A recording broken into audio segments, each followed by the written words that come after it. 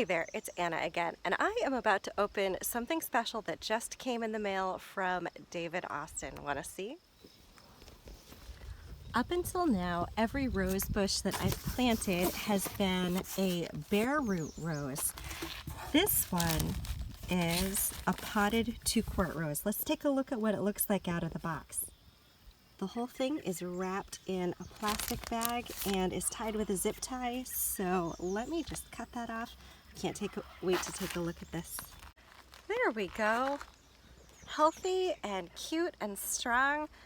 I am really impressed with how short and vigorous this is, but it is not going to be short long because this is a Crown Princess Margaretta climbing rose, and I cannot wait to see this thing grow and bloom.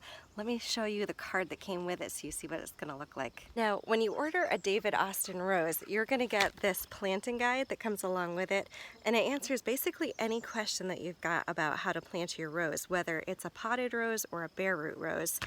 And then this one came with a tag that shows the type of rose. Isn't that gorgeous? I'm really excited. Also on the back of the card, it tells you exactly what to do. Water generously prior to planting, done.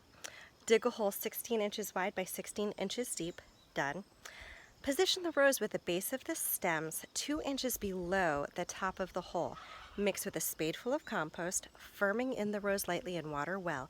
We recommend planting with David Austin mycorrhizal fungi and feeding with David Austin rose food. Easy enough. Now, one thing I immediately noticed when I slipped this rose out of its pot and was just taking a look at it is it is not root bound or dry or hard like so many roses that you buy at a big box store. This is a really healthy little rose bush. I think it's just going to take off quickly. My planting helpers. Hey girls.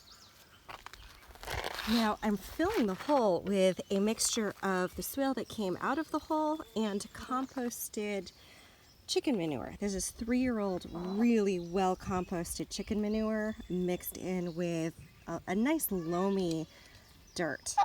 Now the fungi that the directions we're talking about, it's just this little packet, and if you're buying just one rose at a time, it doesn't necessarily come with it. If you buy the hedge rose bundles, it actually comes with packets of this stuff. It's so easy, you just sprinkle it in the hole, or if you have a bare root rose, sprinkle it right over the damp roots. Once that rose is all planted and in the ground, you're going to want to give it a really good soaking watering right away.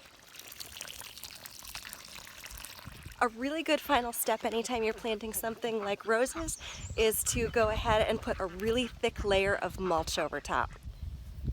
A good thick layer of mulch is going to keep the weeds down so that they won't compete with your new rose for nutrients, and it's also going to conserve moisture so that it's a lot easier to keep the roots of your newly planted rose well hydrated as it starts to quickly grow.